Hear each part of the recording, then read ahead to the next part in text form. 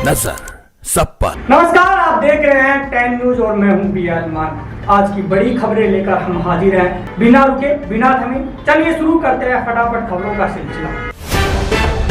Trade यूनियनों के आह्वान पर आज भारत बंद का आयोजन किया गया, जिसमें 25 करोड़ से ज़्यादा श्रमिकों के शामिल होने का दावा किया गया है। यह हड़ताल केंद्र सरकार की मजदूर विरोधी, किसान विरोधी और कॉरपोरेट समर्थक नीतियों के खिलाफ है। बैंकिंग, परिवहन और औद्योगिक सेवाएं प्रभावित रहीं। हालांकि व्यापारी संगठनों का कहना है कि आम जनजीवन पर इसका ज़्यादा असर नहीं पड़ा। बिहार में विपक्षी महागठबंधन ने वोटर वेरिफिकेशन के खिलाफ आज बिहार बंद बुलाया।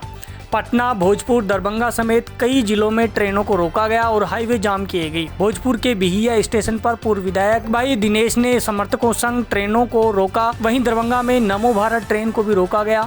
पटना के मनेर में NH 30 को आगजनी कर बंद कर दिया गया। पप्पू यादव ने सचिवालय हॉल्ट पर ट्रेन रोकी। इस प्रदर्शन में राहुल गांधी भी शामिल हुए, जो सुबह ही पटना पहुंचे थे। प्रधानमंत्री नरेंद्र मोदी अपने विदेश दौरे के अंतिम चरण में नामीबिया पहुंचे। वे यहां राष्ट्रपति से मुलाकात करेंगे। भारत में पहले से मौजूद चीतों की संख्या बढ़ाने के लिए प्रोजेक्ट चीता 2 शुरू होने की संभावना है। भारत में नामीबियाई चीते अच्छे से अनुकूल हो रहे हैं और अब भारत और नामीबिया का वन्यजीव सहयोग और मजबूत हो सकता है। ईरान के राष्ट्रपति ने अमेरिका और इजराइल के हमलों को लेकर गहरी नाराजगी जताई है। उन्होंने कहा कि इन हमलों के बाद किसी भी तरह की वार्ता पर भरोसा करना मुश्किल है। परमाणु समझौते की बहाली को लेकर उठाए गए प्रयासों पर भी अब सवाल खड़े हो गए हैं।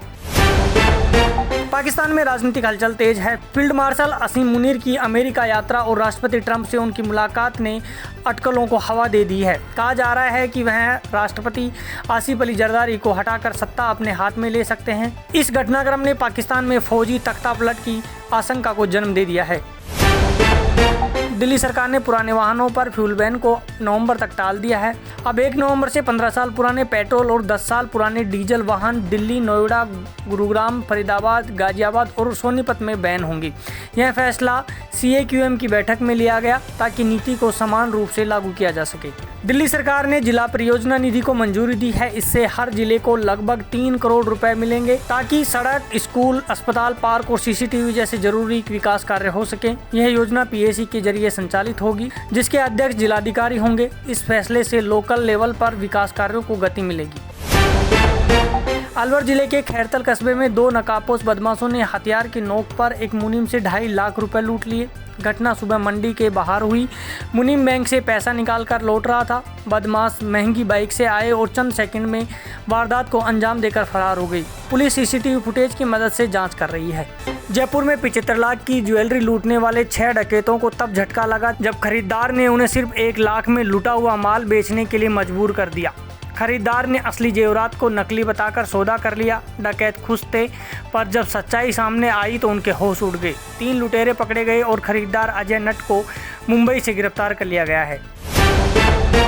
गुजरात के आणंद वडोदरा को जोड़ने वाला गंभीरा ब्रिज भारी बारिश के चलते टूट गया। इस हादसे में कई वाहन नदी में गिर गए और अब तक 3 लोगों की मौत की पुष्टि हुई है। स्थानीय प्रशासन रेस्क्यू में जुटा है। विपक्षी नेता अमित चावड़ा ने सरकार से फौरन राहत और वैकल्पिक यातायात व्यवस्था की मांग की है। राजस्थान के चूरू जिले में बड़ा हादसा हुआ। रतनगढ़ कस्बे के पास स्थित भानुंदा गांव में भारतीय वायुसेना का एक फाइटर प्लेन क्रैश हो गया। हादसे की सूचना मिलते ही पूरे इलाके में हड़कंप मच गया। चारों तरफ धुएं का गुबार और मलबे का मंजर नजर आ रहा है। स्थानीय ग्रामीणों के अनुसार उन्होंने पहले आसमान में एक तेज आवाज सुनी, फिर देखा कि एक विमान आग की लपटों में लिपटा हुआ नीचे गिर रहा है। तेज धमाके गूंज से पूरा इलाका दहल गया। कुछ ही मिनटों में घटनास्थल पर स्थानीय लोग पहुंच गए और पुलिस को सूचना दी। सूचना मिलते ही पुलिस और प्रशासन की टीमें मौके पर रवाना हो गई। सेना की टीम भी घटनास्थल पर पहुंच चुकी है। शुरुआती जानकारी के मुताबिक मलबे से एक पायलट का शव बरामद किया गया है। हालांकि अभी तक यह साफ नहीं हो सका है कि विमान किस मिशन पर था और हादसे के पीछे क्या वजह थी। बॉलीवुड अभिनेत्री आलिया भट्ट की पूर्व पर्सनल असिस्टेंट वेदिका प्रकाश सेठी को मुंबई पुलिस ने गिरफ्तार किया है। वेदिका पर आरोप है कि उन्होंने आलिया के प्रोडक्शन हाउस और पर्सनल अकाउंट से कुल 77 लाख रुपए निकाल लिए।